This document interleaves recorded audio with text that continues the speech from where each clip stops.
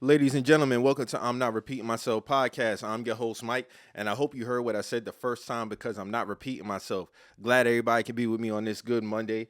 Please always make sure you like, share, and subscribe on Apple, SoundCloud, Spotify, YouTube, and of course, I'm on I'm Not Repeating Myself pod on TikTok and on Instagram. Hope everybody had a good weekend. I know I definitely did. We're gonna go ahead and jump right into this thing, man. So I want to start off with a sad story. I didn't want to kill a mood, but I wanted to get this out the way quick because it's definitely something that I need to speak about. So there was a passing of a young black male in college. His name was Trey Reed. He was 20 years old. He was found hung on campus. Uh, this was in Mississippi at Delta State University. So I I got a lot that I need to say about this, but I'm gonna go ahead and I'm gonna read this article that I found on USA Today as regards to exactly what happened. So Reed 21 from Grenada, Mississippi was found hanging from a tree in the middle of Delta State University's campus behind pickleball courts at around 7:05 a.m. local time on September 15th, according to university police. At that time, authorities said there was no evidence of foul play and ruled the death a homicide. So, an autopsy by Mississippi State Medical's examiner office concluded that a black student whose body was found hanging from a tree at Delta State University had died by suicide, police announced on September 18th. The findings of the autopsy, which was conducted on September 17th, were consistent with the initial investigation and preliminary examination by the local coroner's office. Excuse me. According to the Cleveland Police Department, the state medical examiner's office determined that uh, Trey Reed's cause of death was hanging, and the manner of death was suicide. Now, we all know Mississippi, a lot of the states, Mississippi, Louisiana, but mainly Mississippi, they have a history of shit like this. This is not the first time I heard about this, and definitely not this has happened at least another time over the last, I want to say 10 to 15 years. I do remember this happened at another college campus somewhere in one of those states. I can't remember if it was Mississippi or if it was Louisiana, but it was definitely one of those. It might have been Alabama as well. But I'm not buying into this suicide shit because there's another point to this as well. So also I found this on another site as well. So there's some funny business going on with this shit. Police officers told Trey Reed's family that he was found dead in his dorm room, according to the law firm representing the Reed family. The family discovered later that Trey was found hanging from a tree at Delta State University. The family is calling for an independent autopsy. The Grenada County Sheriff's Department arrived at Trey's family's home approximately at 9:15 and informed the family that Trey was found dead in his dorm room in his bed. Yeah, there's a lot of lying going on. There's a whole bunch of lying going on. So you say that the police arrived at his family house at 9:15 and informed him that he was found dead in his dorm room, but he was found hanging in the tree by other students. Something's not adding up. Like this, there's definitely some foul play ahead. I don't know how this man can go from his dorm room to being found on around the courts on campus. That don't even make sense. There has to be some cameras around that campus. Something like we did.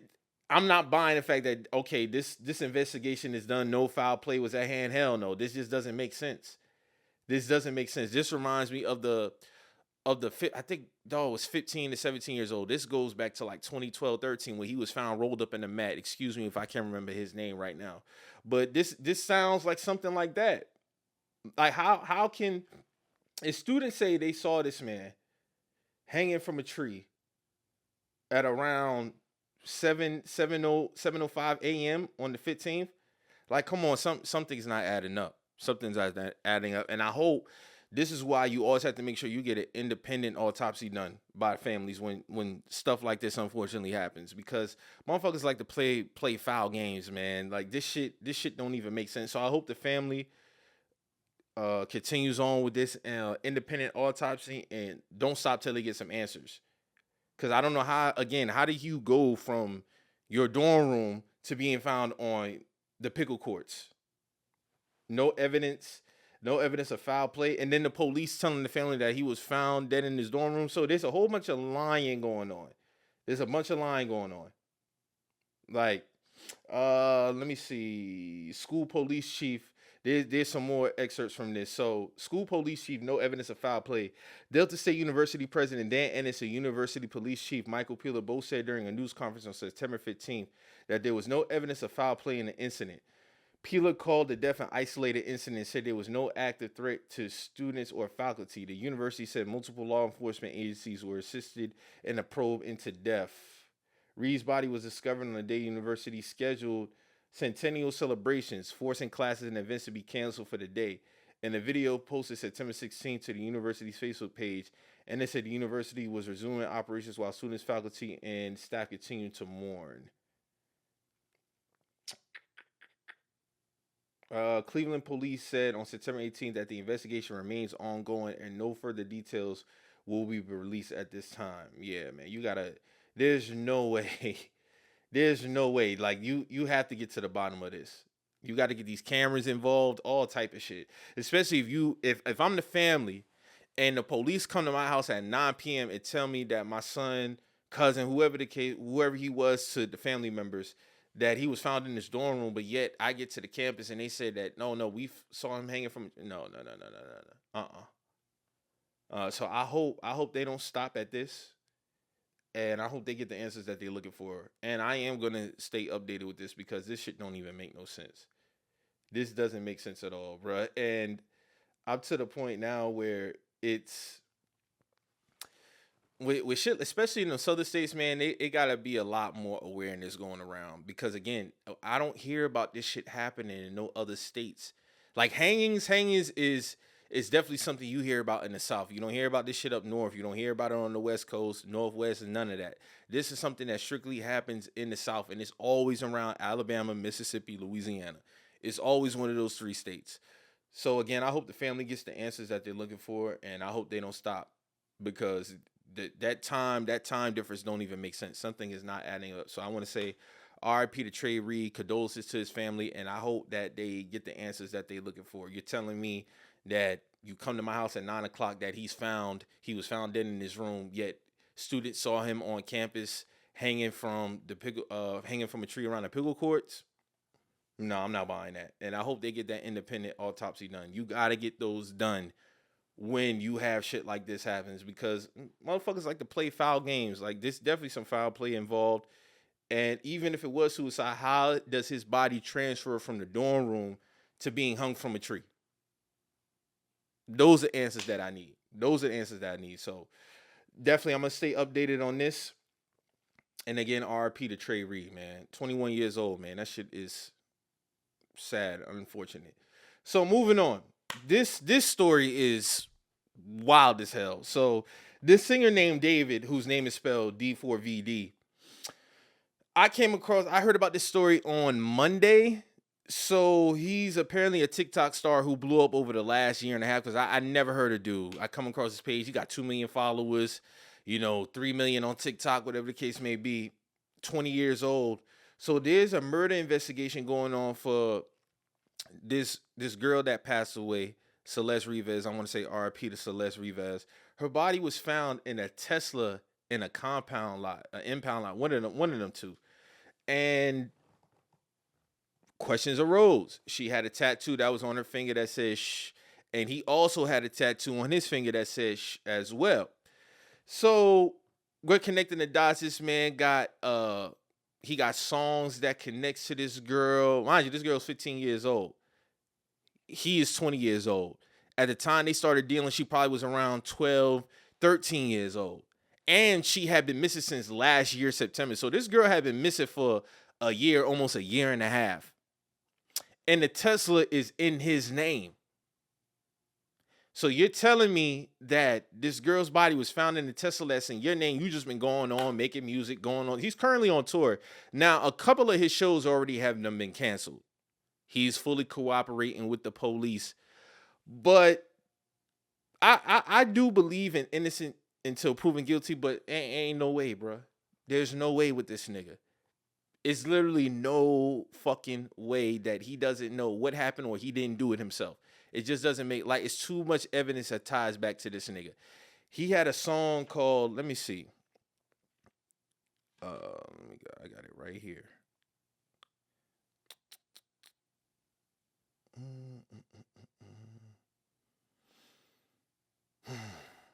Well, I don't got the song right here, so hold on. Let me just read this. Let me read this. So, the dismembered body discovered in a Tesla registered to singer David has been identified as 15-year-old Celeste Rivas. Celeste had been missing from Lakeshore, Elsinore since April 2024. Her mother told TMZ that the police description, which included a tattoo on the victim's finger, which I spoke of. Her mother further noted that Celeste had a boyfriend named David. Police have not revealed who was driving the Tesla before it was abandoned and impounded on September 8th, and no suspect has been named. David has been on tour and has not been in Los Angeles for more than a month. Representatives for the artist said he is cooperating with authorities but declined further comment, citing the ongoing investigation. Ain't no, bro. No. Then he got a song called Romantic Homicide that released around this girl's birthday. This nigga got a song called Romantic Homicide that released around her birthday. Like, and then on the lyrics, one of the lyrics, like on the third verse, in the back of my mind, I killed you. Like, come on, bro. Come on. Then he had a video, right? I don't know if it's the same song. He had a video where, like, he was laying on the grass and it shows like a car and like two white people putting a body in the car, in the trunk. Like this, I ain't never seen no shit like this before, bro. Never in my, and again, I never heard of dude. This shit just popped up and I seen it and I'm like, bro, what the fuck is going on? And how can he just go along? See, a lot of motherfuckers just be warped in the head, man. Like there's no answers for these niggas. There's no answers for these niggas. Like, I'm looking at the video now. If you got a chance, you could probably go find it on Twitter. But like, yeah, it's literally like two white people putting a body in the trunk, and then it cuts to like, you know, him singing to this girl or whatever the case may be. Maybe, you know, is a depiction of her. But man, this shit is so sad, man. All I gotta say is you know, R.I.P. to Celeste Rivas and, you know, condolences to her family. But man, when we start talking about these kids, especially around these young ages, man, you really got to be in tune to what the fuck they got going on, because motherfuckers is crazy out here. First of all, this nigga a pedophile, because you 20 years old messing with a 15-year-old. When y'all started messing with each other, you was 17, she was, you know, 12, 13 years old. Like, what are we doing for real? So the fact that your Tesla is in this impound lot, the body them is sitting in there because, you know, of course, a body starts to, you know, produce a smell, and you just on tour doing your thing. This nigga head is not put on right. And again, you have to get biblical with this nigga. I'm talking about Mummy Returns type shit, because this don't add up. Again, I do believe in innocent until proven guilty, but it's just way too much evidence that ties back to this nigga. He knows something. The songs, the tattoo, the fact that it was your car, the body them is sitting in there. You don't know shit. Now, they do say he's fully cooperating. He hasn't been charged with anything. But this nigga 100% is guilty in my eyes. I'm sorry. This doesn't add up. It don't make sense. For that girl's body to be dismembered at that too. So you just don't know nothing. And again, the Tesla is registered in his name. So you don't know what the fuck going on with your car, and his body just them is sitting in there. That nigga is going down, bro. That nigga is going down. And I hope the family gets justice. I really hope the family gets justice for this, because this is just a sad story, man. And when I seen it, and type of shit like this, usually what I find odd is that because the police are investigating, you know, they searching his home. They're doing their full investigation as far as searching their home. So this is something that's going to be ongoing. I am going to stay on top of this. But the fact that he's not charged already is kind of alarming to me, because I'm just saying, based off of what we've seen so far, who else could be involved in this. Now, I don't know how long it takes for, for them to get DNA samples and all this other shit. I guess that all goes into play with the investigation at his house. But man, this is such a sad story, man. No child deserves to lose their life that early, man. No child. Nobody. Like she barely seen life. 15 years old. Mm-mm. And if I couldn't imagine being a sibling, the father or the mother of that child, man, because this shit is fucked. And then just the audacity of him to still be on tour like nothing is going on. Granted, like, yeah, now all of a sudden he's canceling his shows. But initially, for her to be missing this long, for y'all to be that close, and you just going on about, like, this is really some psychotic shit. That's why I say, like, when it comes to justice, like, you really have to get biblical with this nigga. Like, there's no coming back from something like this. Nothing at all. And then the music, like, the music it just giving too much clues, bro. Like, this nigga really was giving hints in this fucking music video. Literally giving hints in this fucking music. I'm looking at this music video. Oh, so this motherfucker just blatant with it. He don't give a fuck. He don't give a damn. And I hope we get answers quick. I hope they don't charge this as something as, some accident or some shit like that. Nah. Don't let this motherfucker lead the country neither. Don't let him, because this type of shit just, I hope they get their answers quick, man. This is something that, oh man. Let me see. I'm reading this report from Hollywood Hills home where David has stayed is searched for at the body singers. The Tesla. A search warrant was executed at the home, which the singer does not own but has been staying at. The sources said Los Angeles Police Department detectives were seen taking a computer and several other items from the home. Several items of evidence were recovered and will be analyzed by detectives in the coming days. This is an ongoing investigation. Investigators are following up on several leads.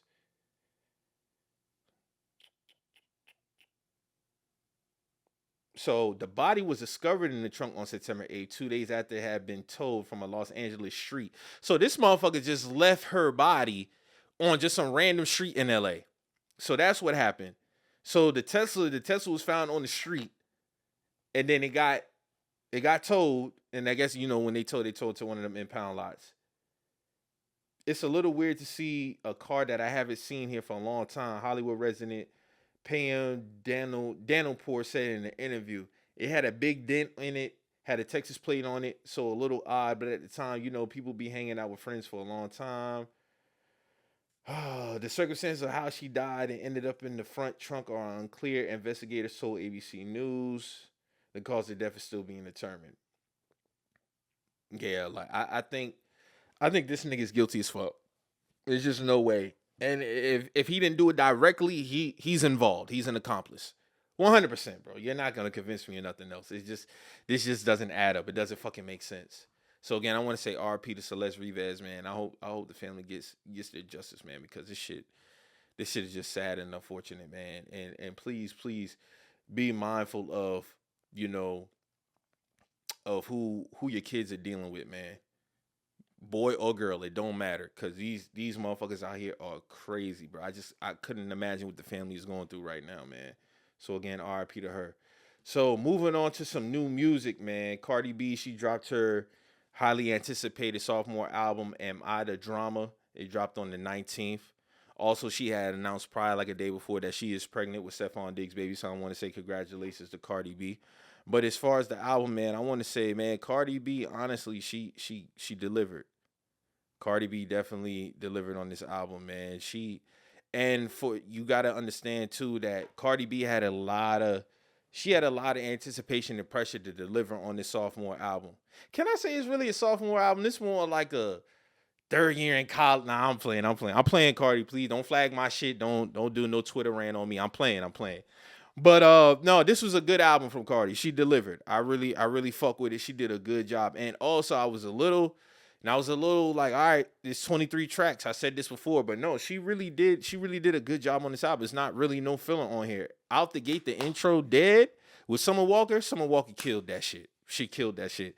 Then you come out the gates next with Hello, banger. Then you got Magnet. She was getting that JT ass on that record. She was getting that JT ass on that record, man. We gonna speak about that a little bit later as well too. But it was a good flowed album. It had some good transitions as well. Pick It Up, Imaginary Players, of course, one of the singles that she debuted. You got Salute. Now, this run from Safe to Shower Tears, you got Safe, Man of Your Word, What's Going On, Shower Tears. That run right there, I could tell Cardi, there was a lot of tears flowing. There was a lot of tears flowing through them 4 tracks. She was really rapping on Man of Your Word, like, you know, she was getting them bars off, man. Those I can tell there was a lot of passion in those records. She was really getting in her bag in that 4-track run, you know. But I want to salute with Cardi because I could tell she really took her time. She took her time with this album. It doesn't sound rushed. The production is dope, and I could tell that she really, really took her time with it. After Shower Your Tears, you got Outside, of course. We heard that record before. Pretty and Petty, Better Than You with Cash Cobain, another dope record. You got On My Back, Time, Check Please, Principal with Janet Jackson, dope record, Trophies, Nice Guy featuring Tyler, Killing You Hoes, and then you round it out with Up and WAP, of course, which came out about 4 or 5 years ago. But just minus those 21 tracks, she delivered. It's honestly really no filler on here. I really like how she set the tone on this album with Dead, though. With Summer Walker got busy on that. That's how you start an album. Then you come out, you know, you hit him with a sound like it was going to be a club banger with Hello and Magnet. Now, back to Magnet. These bars that JT got. And you know it's so funny because, you know, when the women be getting at each other, it really be on some it's really no question about who you know, like who you think they talking about. Like you really know who they be talking about. So it's like I'm interested to see how JT responds to this, if she responds, because man, she was getting at her crazy. Let me see if I can find the lyrics directly. Let me see. Da, da, da, da, da.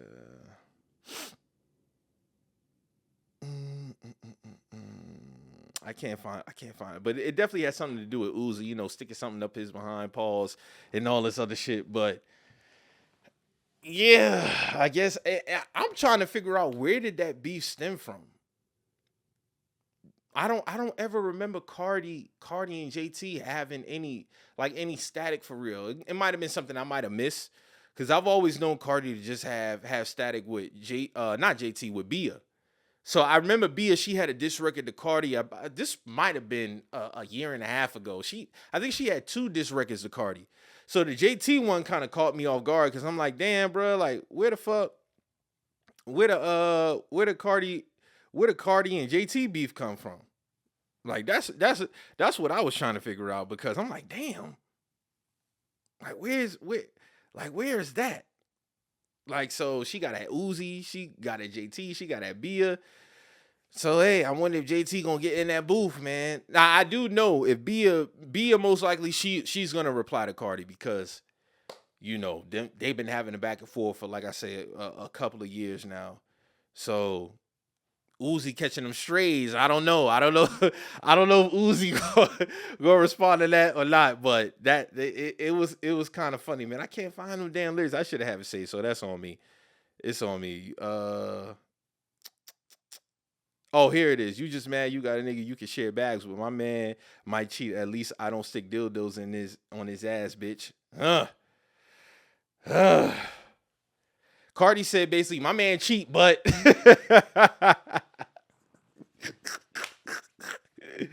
my man cheat, but it's crazy. But if you gonna follow up with some shit like that, that's kind of wild, man. So I don't know. I don't know if Uzi and JT, they knowing them two, because Uzi is a different type of nigga, man. Them two might get on the record together. Do a collaborative diss. I don't know if there's ever been a couple in music who ever did a collaborative diss record. That might be some new shit them two might have to do. I don't know. I don't think in music history period there have been a couple that is in rap that did a diss record together. That might be a first. That might be something they might have to look into. Like Uzi and JT get on the record together, dissing Cardi. Like the first ever male and female duo diss record. That might be some shit they might have to do, man. I don't know because, like I said, them bars, both of them got shots. Both of them, like Uzi shit was a little straight. It was like, nah, you playing with my name, like you saying, and then again, also because JT and Uzi, they be having a little back and forth sometimes. I don't know if JT ever put this out there before about what they do in the bedroom. See, this is why if you deal with a woman, bruh, and y'all get in an argument, you always gonna tell the woman that you dealing with based off of the arguments y'all have and how she conduct herself on the internet. Because what people do in the bedroom is their business. I don't give a fuck about what people. We should never know about that shit. So this either had to been Cardi just taking shots because she assuming, or JT done had said this in public before. Like I said, I don't know if she has, but I do know Uzi and JT to have their little back and forth. They get mad at each other. She go on a Twitter rant, then they end up back together. But I want to know probably within one of them rants that she done had before, she done divulged this information.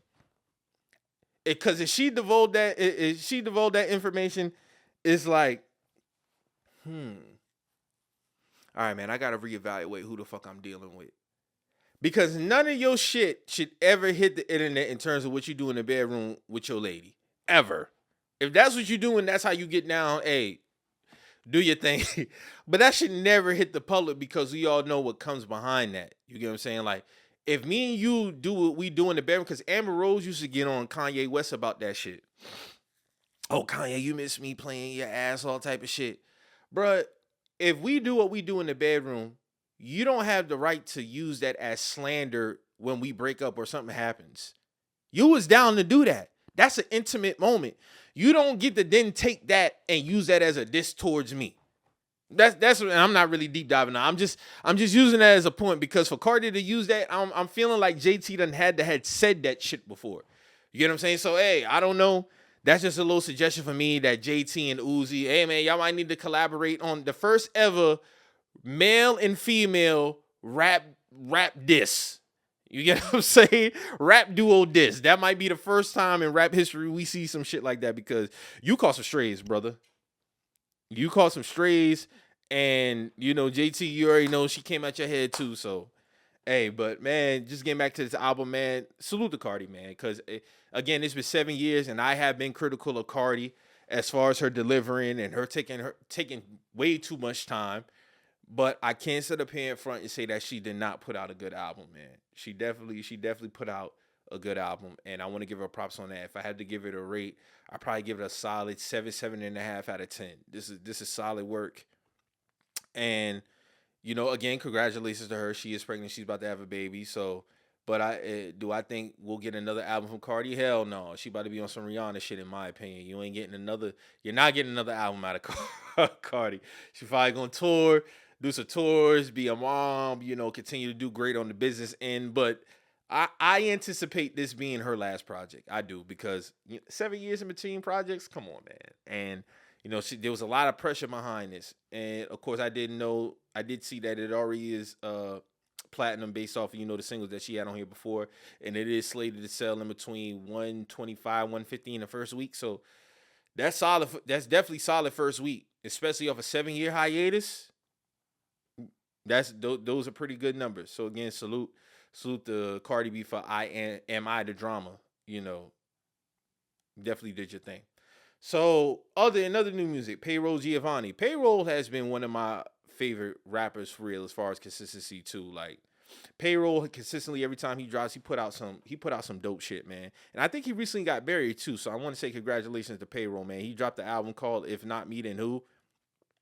Hey, smooth album, man. Smooth album. Out the gates, if not me, then who? Memory, In This City, Rich Niggas with Peasy, Tunnel Vision, Lately, Bag So Much Work, Hustle Did, Rose Gold Kid. Rose Gold Kid, probably my favorite track on this album. Rose Daytona, Maybach Paths, Affordable, Get Money and Mind My Business, another dope record. This album is 19 tracks, very well balanced, great production. Shout out to Payroll, man. This nigga just stay consistent.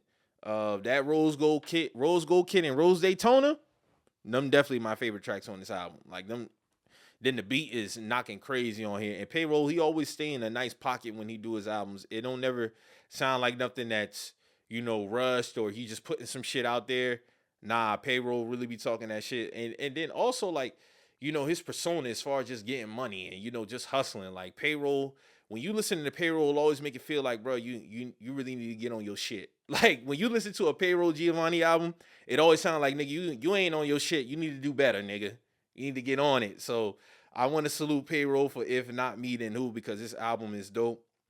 It's very good. Oh, he also got some music videos on this too. He got about 4 or 5 music videos. He got one for Sit Across, Get Money, and Mind My Business, Bag So Much Work.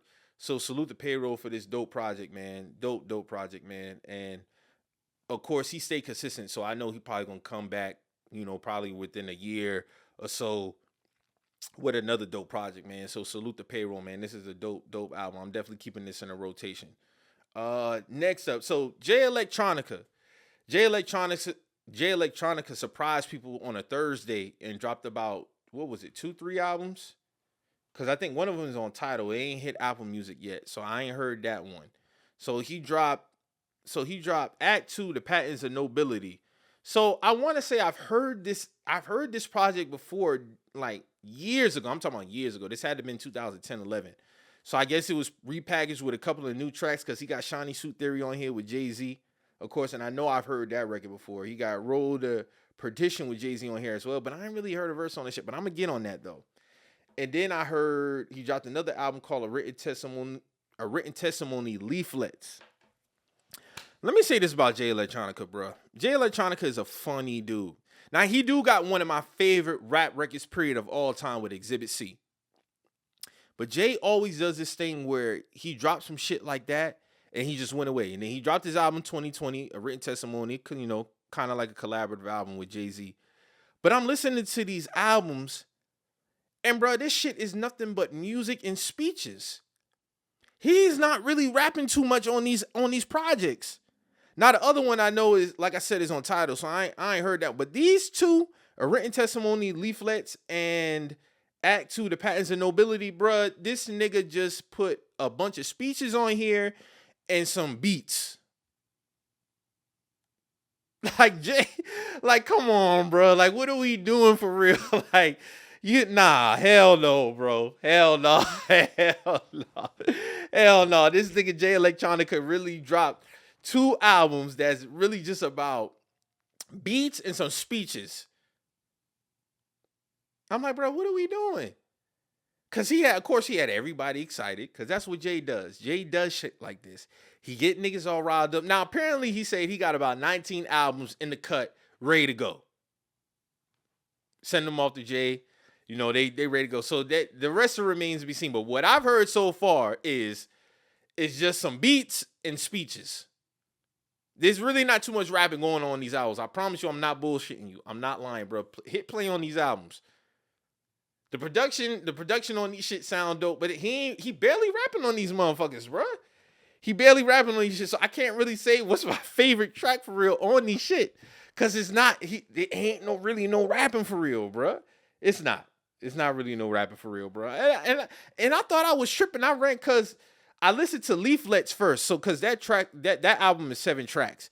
So I said, bro, let me play this shit again to see if I'm not if. Because I want to be sure before I really like tweet and say some shit. And I'm like, no, Nick, this shit is full of just beats and speeches. He barely rapping on this shit for real.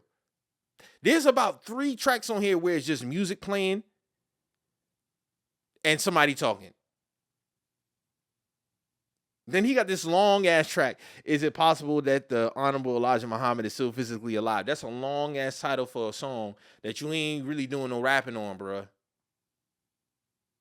I'm just being real, bro. I'm looking at this shit. I'm like, come on, dog. So Jay be funny. And why does Jay continuously to put Shawnee Suit Theory? Why are you giving us that again, bro? You done repackage. I felt like I done heard you done repackage that song to us at least 2 or 3 times since you done been out, bro. I'm not bullshitting. Shawnee Sue Theory was on Written Testimony. I'm looking at it right now. Written Testimony 2020. A Shawnee Sue Theory with the Dream. Bruh, how many times are you going to put that record on a project? How many times are you gonna do that, dog? This nigga is really playing in the fans' faces, bro. See, this is why I be getting on his ass, because I'm gonna be real. Written Testimony, technically, in my opinion, was Ho's album. That was Jay-Z's album, in my opinion. That was Jay-Z's album. I'm sorry. That was Ho's project. So when the rest of these albums come out, man, I hope it ain't a whole bunch of music and speeches. So it remains to be seen. So I can't really get this shit no rating for real, because it's just like, bro, it's not too much rapping going on in these albums, bro. It's not too much rapping going on in these albums, bro. I'm sorry. It's just not. It's just not. I'm sorry. So that's all I got as far as new music. So I want to talk about this one story, because this shit here is fucking insane in regards to AI and this new artist.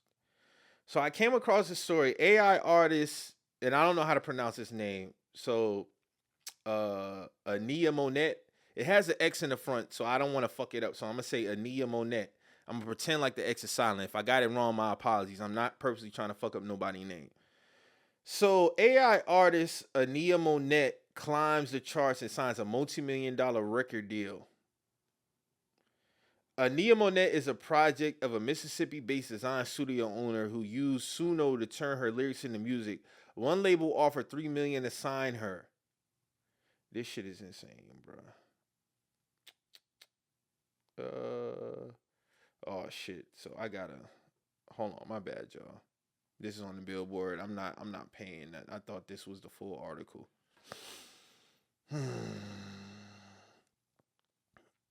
AI artist Ania Monet signs a multi-million-dollar record label deal and already has songs on the Billboard charts and 9 million total streams on her catalog throughout all platforms. A Mississippi resident by the name of Talisha Jones sparked a major label bidding war after making songs through the generative music platform Suno. Jones fed her lyrics into the system, which turns into songs.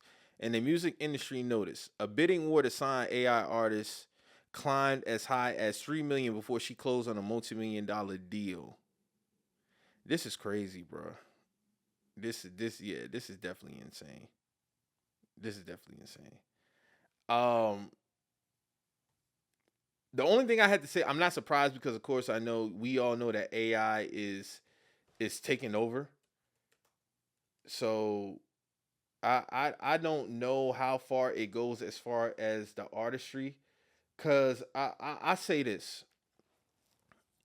when you have an AI artist who has a bidding war like this for $3 million, let me go ahead and let me read this. She received multiple offers as one of her recordings, "Let Go, Let God," appears on 2 Billboard charts. She debuts at 25 on the Emerging Talents list, and the song is currently number 21 on the Hot Gospel Songs. During a recent Zoom call with the record executive, she did not appear on screen and did not sing for them.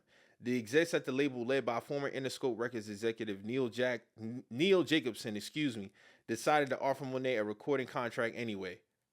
Romeo Murphy, who manages Jones / Monet, insisted although the image and songs were not generated in a traditional way, her words, which are written by her based on her stories and inspired by a small factor of others, are pure, and that's what draws people to her music.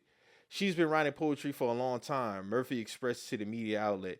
He said that the songs are not a hook and a bridge and a catchy chant, it's just lyrics and they are pure. The project she created, according to Murphy, used a combination of Suno and live elements to create the album, which also allows her to claim full ownership of the songwriting and production credits. In the future, she does plan on working with human producers for her next project. They are in the midst of fielding offers for music publishers and are planning Ania's first live performance. This is real music. It's real R&B, said Murphy. There's an artist behind it. Monet's song "How I Was Supposed to Know" was the number 1 hit on the R&B digital song sales, number 3 on R&B hip hop digital song sales, and number 22 on digital song sales. Let me say this: I think this is something that's not going to be long lived. I don't think when you have an AI artist who gets a record deal of this magnitude, I don't see this shit being sustainable. For number one, the fact that when the record executives called to talk about a music deal, you didn't come on camera. So I don't know what this girl looks like. I only seen the AI images, so I don't know what the real artist look like. I don't even know if the real person who's writing these songs has the ability to sing. I'm assuming not if you feeding it through an AI generated.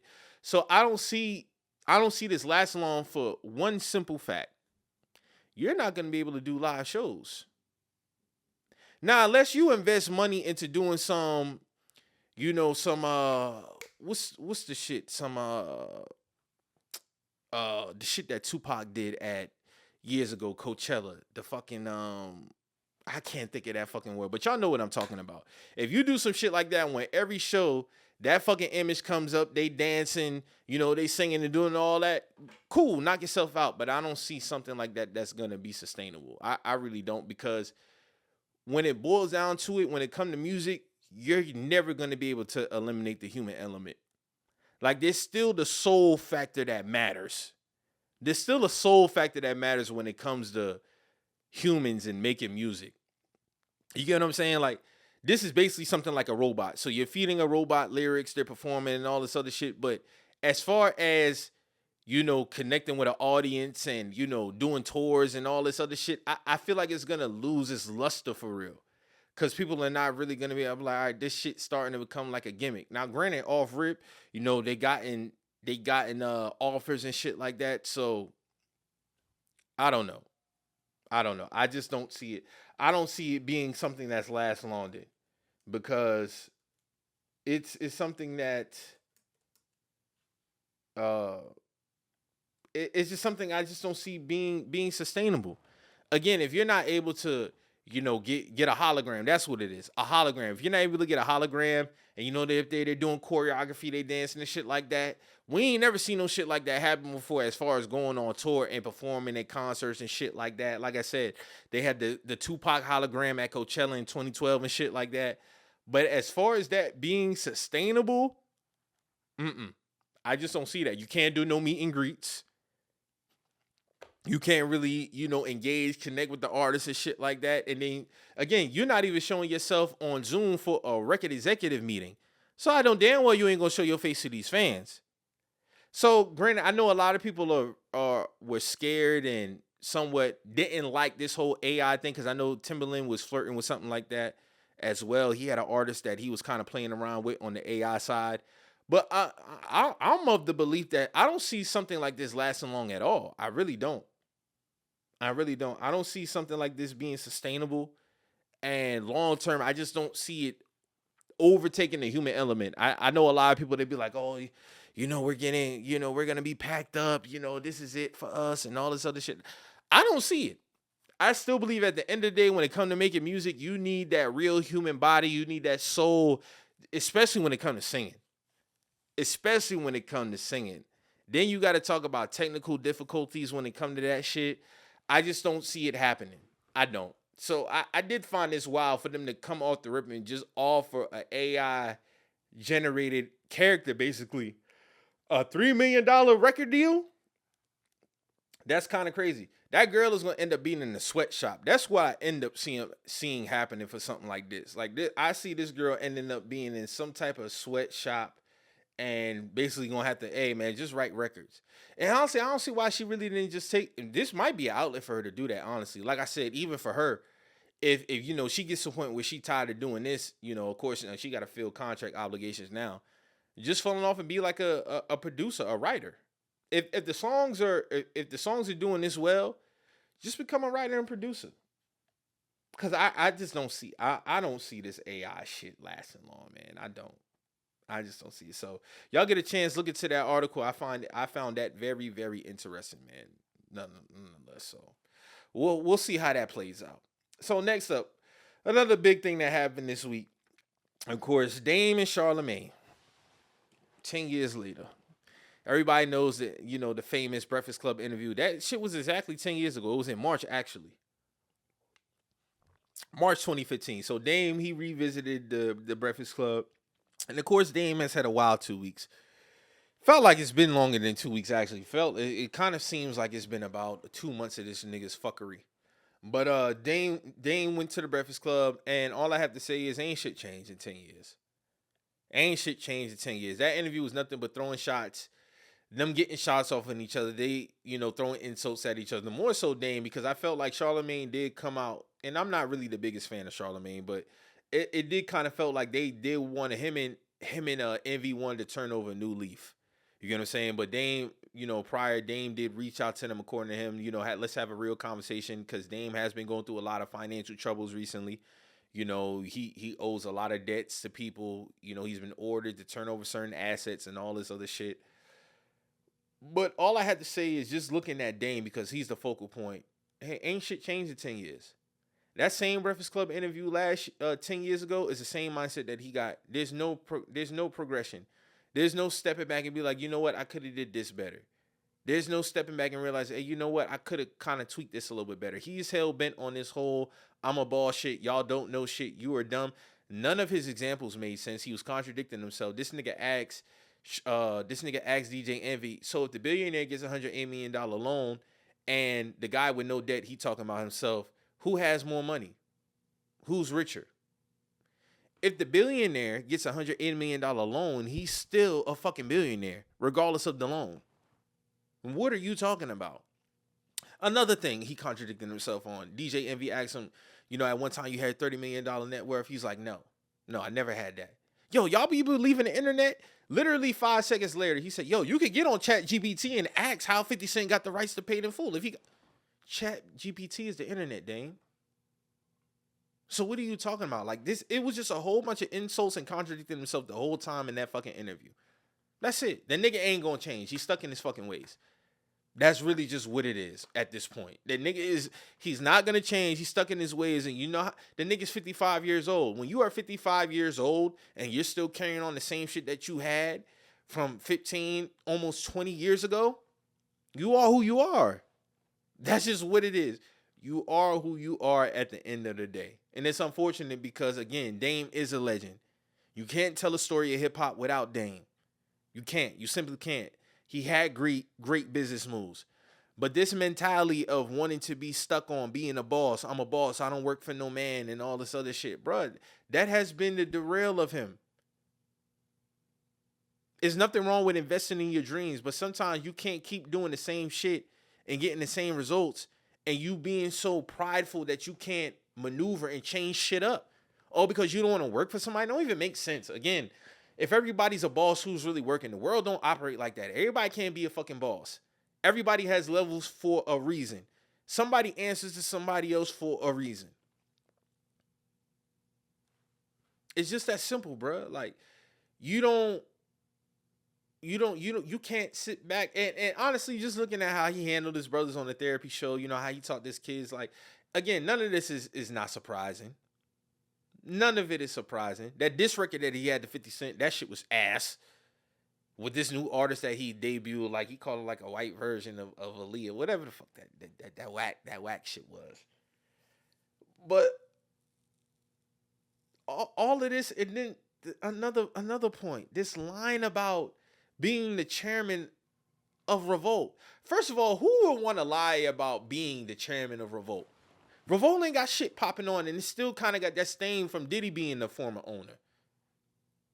So why would you lie about being the owner of fucking Revolt? Out of all things to fucking lie about, you want to lie about being the chairman of Revolt. Cause shout out to Lorena. She said Revolt owner reached out to them and said, yeah, this is not true, because Dane said he was a chairman for like a month, and then he was looking into acquiring it and shit. Like they came out and said that's not true at all. It's not true. Then he doubled down on the shit, and then Dog had to release a statement. Let me see if I can find this statement. Let me see. This nigga Dame is crazy, bro.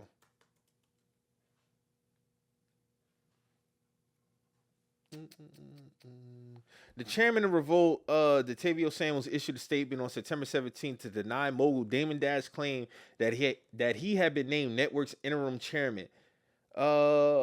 Samuel's internal email to employees was sent after Dash had made an announcement during an interview on the Breakfast Club. This shit is crazy, bro. Let me see if I can read this email, man. Team, I know some of you might have caught Dame Dash's interview on the Breakfast Club today. To set the record straight, Dame Dash is a hip hop pioneer with a proven track record as a creator. Yes, we've been in conversations about potential partnerships, things like licensing his shows and films for Revolt, but there is no signed deal. He is not the chairman of our company. There is no acquisition path on the table. The quote from me in Vibe magazine is completely fabricated. I never said any of that. This is crazy, bro. This is crazy. This is crazy. Like the fall of grace for fucking Dame Dash is document worthy. It's document worthy. Like it this you can do a documentary on this shit, bro. To be 55 years old and still be this stubborn, this prideful, this bitter. Because all of it is just bitterness and pride. Bitterness and pride. Bitterness and pride. And I would never say there's nothing wrong with having an ego. There's nothing wrong with having an ego. I believe in having an ego. But when you stumble multiple times due to your own wrongdoings, you have to take a step back, reevaluate, and come back stronger. He hasn't come back stronger. He hasn't. And I'm seeing niggas defend. Niggas only defended Dame because of what he used to be. And I'll never say you can't praise somebody for what they did. Again, he has major contributions to hip hop. Again, you cannot tell a story of hip hop without Dame Dash. You simply can't do it. But that's 2002, 2005, my nigga.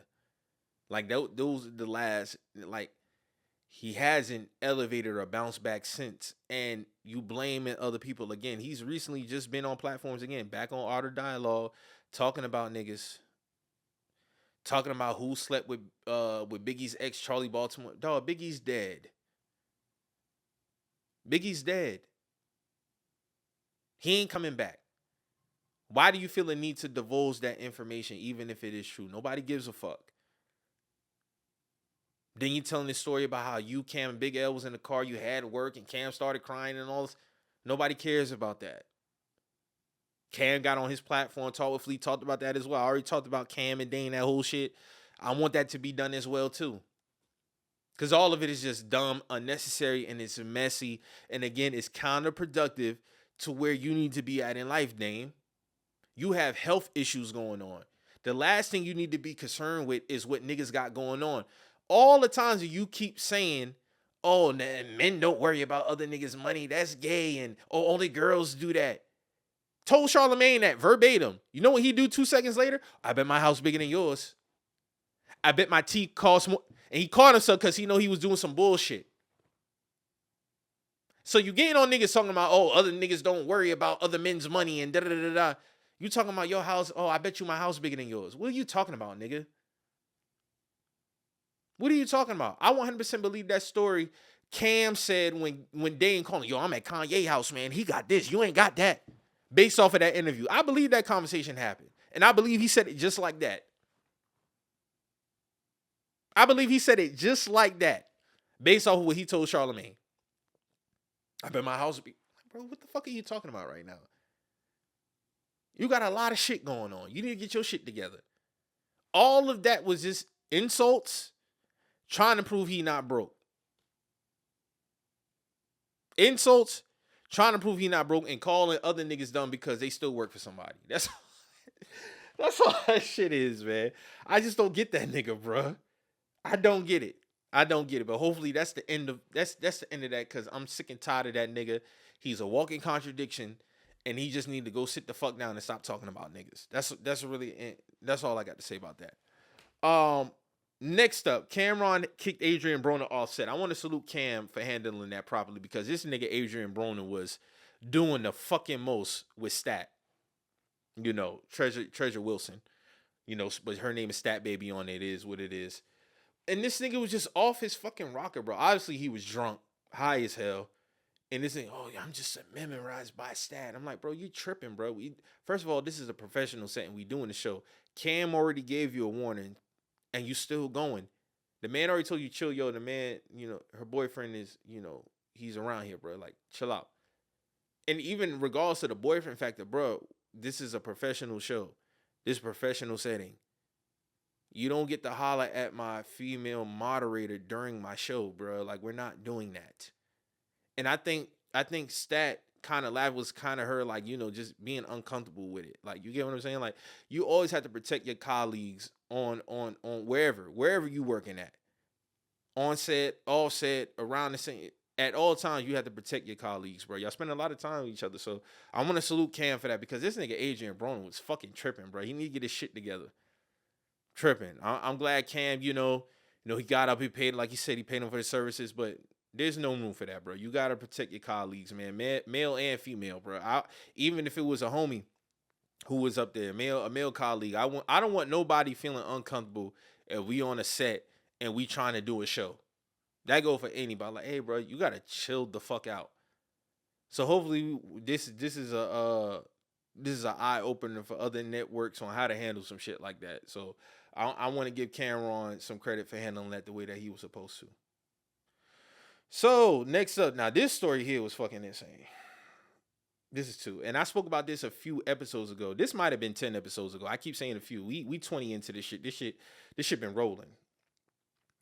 So Jay-Z tried to bid. He tried to collaborate with SL Green Realty and Caesars Entertainment for a casino in Times Square. New York officials shut that shit down in a 4-2 vote.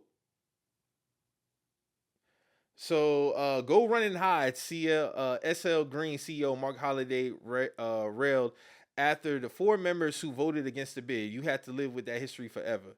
The nay votes came from representatives from the Manhattan Borough President Mark Levine, State Senator Liz Kruger, Assemblyman Tony Simone, and Councilman Eric Botcher.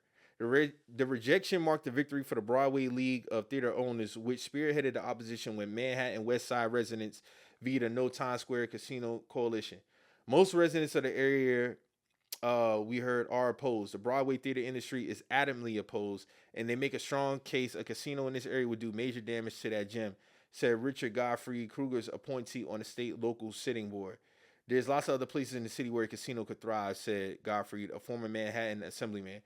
The casino bid was backed by Reverend Al Sharpton's National Action Network, entertainers such as rapper Fat Joe, and various construction, trade, and other unions who touted the gambling hub as creating jobs and ownership stake for minorities. Cap, super cap. Sharpton, who was seen at the meeting, told the Post that he was disappointed with the outcome, saying that he had supported the proposal as a way to bring more minority ownership into the entertainment industry.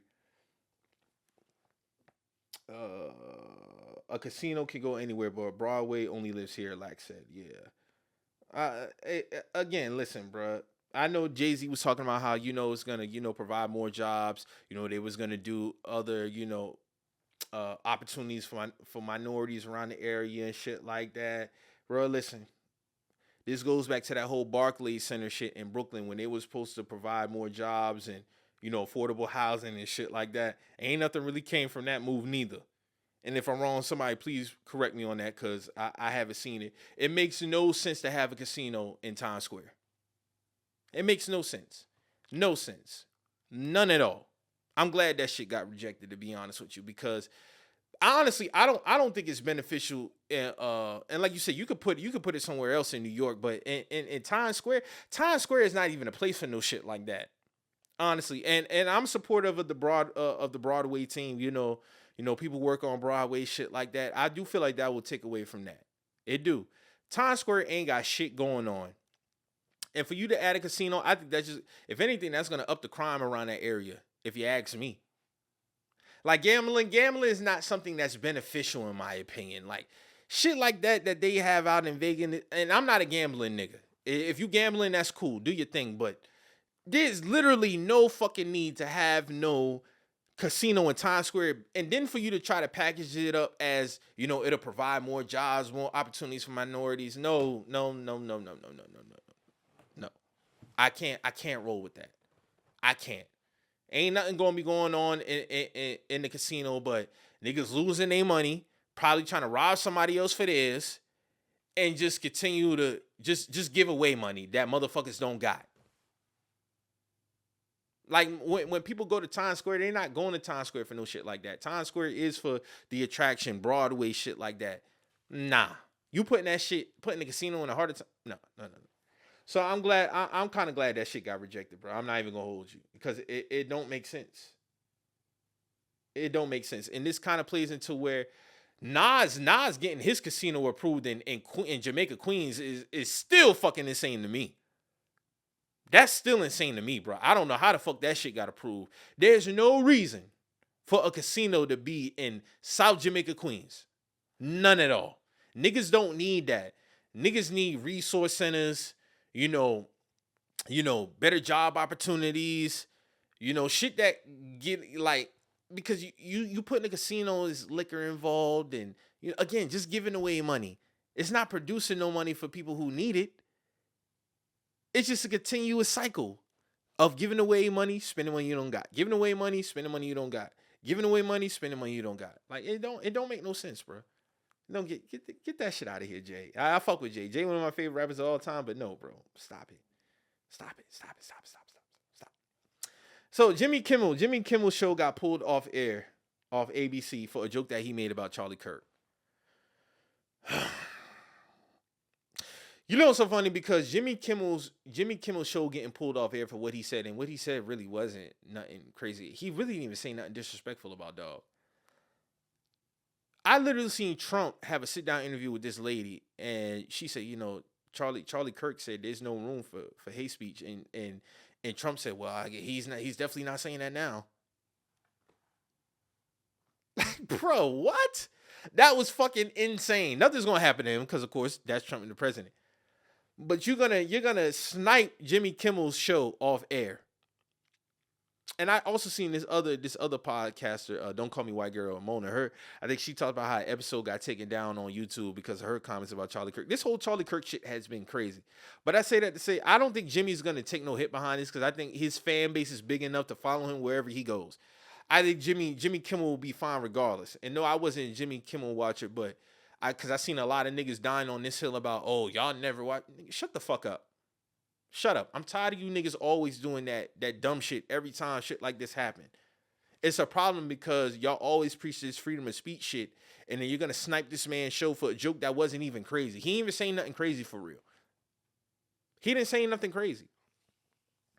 They said that this man has to donate to Charlie Kirk's family and state an apology, and then they could talk about his show coming back. If I'm Jimmy Kimmel, I'm like, man, nigga, please.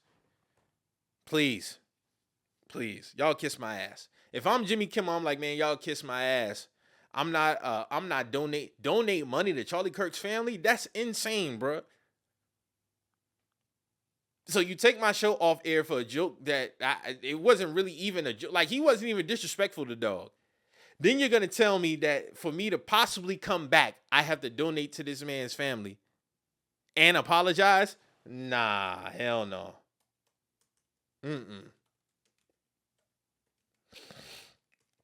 That's insane, bro.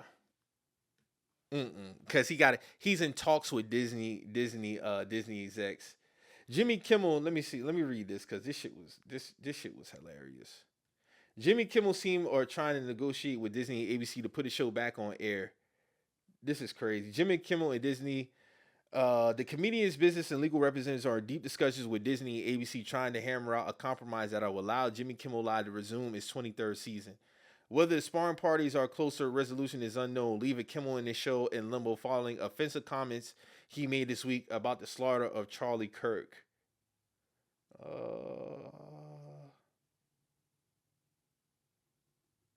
ABC had warned Kimmel in the past to steer away from political comments, specifically those against President Trump. This is crazy. I really think that when they were trying to buy Fox, they were worried that Trump was going to screw them, and somehow that's a part of why they're nervous about my comments. I don't think their political beliefs conflicted with mine, but if you want me to have a big audience, you don't want me to piss a lot of people off, and I was pissing a lot of people off, Kimmel told Howie Mandel on Thursday. Kimmel's show is currently on an indefinite hiatus following his controversial remarks about Kirk's assassination. This is what he said. We hit some new lows over the weekend with the MAGA gang desperately trying to characterize this kid who murdered Charlie Kirk as anything other than one of them and doing everything they can to score political points from it, Kimmel said. Like, that's what he got. Like, come on, bro. Come on, bro. But this whole Charlie Kirk thing has been running reckless over the last week and a half, bro. Like, the they are really painting this man like, and it's not like he was a president, an official, none of that. Like, this guy was just going to campuses and having debates. Niggas doing the most. So I do think Jimmy Kimmel will bounce back from this. I don't. This is nothing that's really gonna hold him back because Jimmy Kimmel has been on air for over 25 years, I believe. He has a huge audience. So whether he transitions into doing something solo, I think his audience will find him. He don't really need a network. Is essentially what I'm saying. Like, I don't think Jimmy Kimmel really needs a network at this point in his career. Now, for his own wants and needs, it might be beneficial for him. So if there are having talks about him coming back and what he got, I hope he don't really got to bend the knee. I hope he don't, because it's unnecessary. It's unnecessary, bro. He didn't say nothing that was out of pocket. Nothing warranted for his show to get suspended. But Nexstar CEO is a Trump supporter, so all of this makes sense in terms of why they did what they did on their end. So that's really all I got to say about that. So I'm interested to see how that unfolds. Moving on to some sports news. Ain't too much going on. Week 3 is about to wrap up in the NFL. Dolphins and the Bills, they handled business on Thursday. That was a pretty good game. But the Bills came out on top. And the Dolphins, they come in 0-2. There was rumblings about Tyreek Hill wanting to leave. Mike McDaniel on the hot seat. I'm gonna be real. Mike McDaniel shouldn't be on the hot seat. It should be Tua. But Tua, he got his money, so he probably don't give a fuck. But Mike McDaniel is not to blame to what's going on in Miami, bro. He's not. He's not. I'm sorry. I can't sit up here and fake the funk and act like, it's always easy to point the finger at the head coach in these scenarios. It's always easy, and I get it. They're the coach. But the players play at the end of the day. That's why when, teams win, I give more credit to the players. When teams lose, I put the blame more so on the players. 60-40 type split. It's time to move on for Tua after the season. It is. What's so bad about Tua too? It's that his turnovers are not like, the corner got to fight for an interception, or they jump in front of them and shit like that. His interceptions he be throwing the bitch right to the defender. Like, he literally putting, like, here you go. That's how bad Tua's interceptions be. Staring down receivers for 3-5 seconds, like against zone coverage. What are you doing? Zone coverage, the defenders are looking right at you. Even man to man, you giving them the picks. Like, they are losing these games strictly because of Tua. This is not Mike McDaniel's fault. I can't really put it on no other players. I'm putting this on Tua. You have to move on from Tua after the season. The shit didn't work. He is who he is at this point. He hasn't gotten better, and he's regressing. He's regressing. Like, I don't really know what else to say besides he's cooked. He's cooked. He's cooked. He's not going to get any better. He is who he is. And literally, ever since he's touched down the league in 2020, I've always seen this nigga interception. Like, bro, why? Who the fuck are you throwing to? The receiver don't never be around. Never be around. So it's time for the Dolphins to move on from Tua, bro. Clean house. But you keep Mike McDaniel, because I don't think Mike McDaniel is a problem. I don't. And that's pretty much it. College slate was kind of regular. Ain't too much going on. We ain't really getting to the heart of the college football season.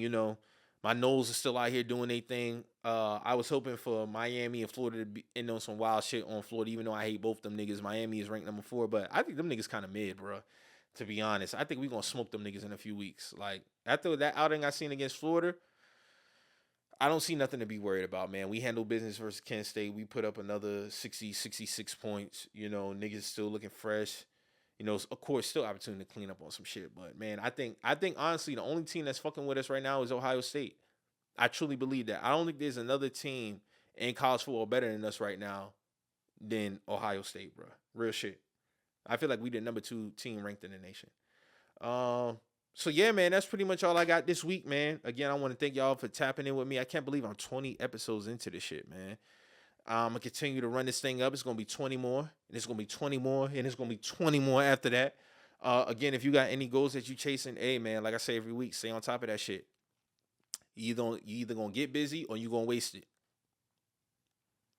You either gonna get busy or you gonna waste it.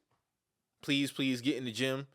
Get in the gym. Get active in that gym. I'm telling you, the gym is always a plus for you. Can never be a negative. You'd be surprised how the gym impacts your life. So please stay on top of your health. Get in the gym. Chase those goals. Put in the work because God gives you a gift. God gives you a gift and God gives you opportunities. It's on you to put in the work. But if you don't put in the work, you're wasting your gift and you're going to miss your opportunities. It's just simple as that. So, like I say every week, this is I'm Not Repeating Myself podcast. I'm your host, Mike, and I hope you heard what I said the first time because I'm not repeating myself. I'm out.